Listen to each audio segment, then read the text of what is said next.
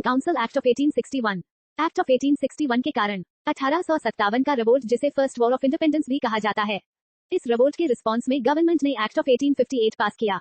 East India company के rule को खत्म कर दिया गया और कॉलोनियल रूल को एस्टैब्लिश कर दिया गया। ईस्ट इंडिया कंपनी के द्वारा जो नीतियां बनाए गए थे उनमें कुछ चेंज करने के लिए ब्रिटिश गवर्नमेंट ने एक के बाद एक 3 काउंसिल एक्ट पास किए। काउंसिल एक्ट ऑफ 1861, 1892 और 1909। ईस्ट इंडिया कंपनी के समय कोर्ट ऑफ डायरेक्टर्स और board of control east India company को कंट्रोल करते थे।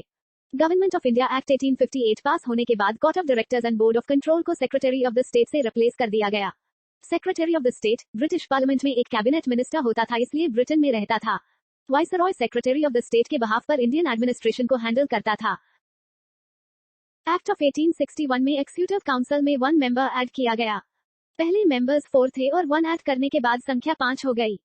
एक्ट ऑफ 1861 से पहले एग्जीक्यूटिव काउंसिल सिर्फ एक एडवाइजरी बॉडी हुआ करती थी, लेकिन एक्ट ऑफ 1861 से पोर्टफोलियो सिस्टम इंट्रोड्यूस किया गया, जिसमें home, military, law, revenue and finance बने।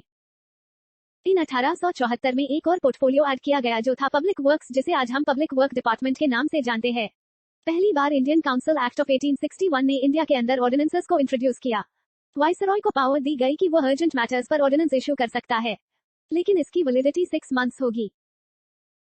पहले चार्टर एक्ट ऑफ 1853 के अंदर सेंट्रल लेजिस्लेटिव में 6 executive, governor general, executive council, commander in chief होते थे और 6 लेजिस्लेटिव काउंसिलर्स होते थे। Chief justice of supreme court of Calcutta, other regular justice of supreme court of Calcutta, Bengal, Madras, Bombay and Agra, ये सब मिलकर लेजिस्लेटिव फंक्शन किया करते थे। ये एक मिनी पार्लियामेंट की तरह काम किया करते थे। गवर्नमेंट ऑफ इंडिया एक्ट 1858, इसमें बस एक ही चेंज हुआ, गवर्नर जनरल की जगह वाइसरॉय कर दिया गया।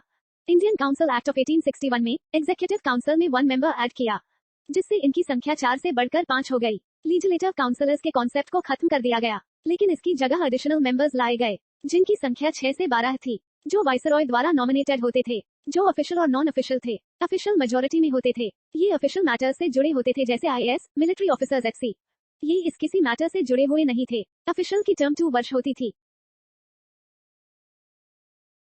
एग्जीक्यूटिव काउंसिल में इंडियन अलाउड नहीं थे, लेकिन एडिशनल मेंबर बन सकते थे। एडिशनल मेंबर्स को फाइनेंस मैटर्स पर डिस्कशन करना अलाउड नहीं होता था।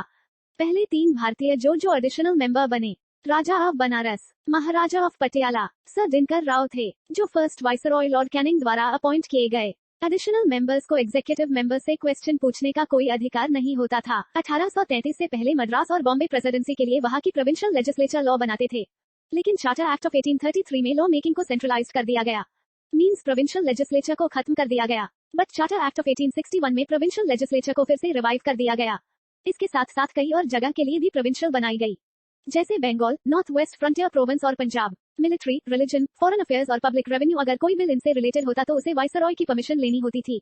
वाइसरॉय की परमिशन के बिना बिल पास नहीं हो सकता था। सेंट्रल लेजिस्लेचर से पास हुआ बिल लॉ बन जाता था, लेकिन सेक्रेटरी ऑफ द स्टेट चाहे तो बिल को रद्द कर सकता था। Thanks for watching. Please like, share and subscribe.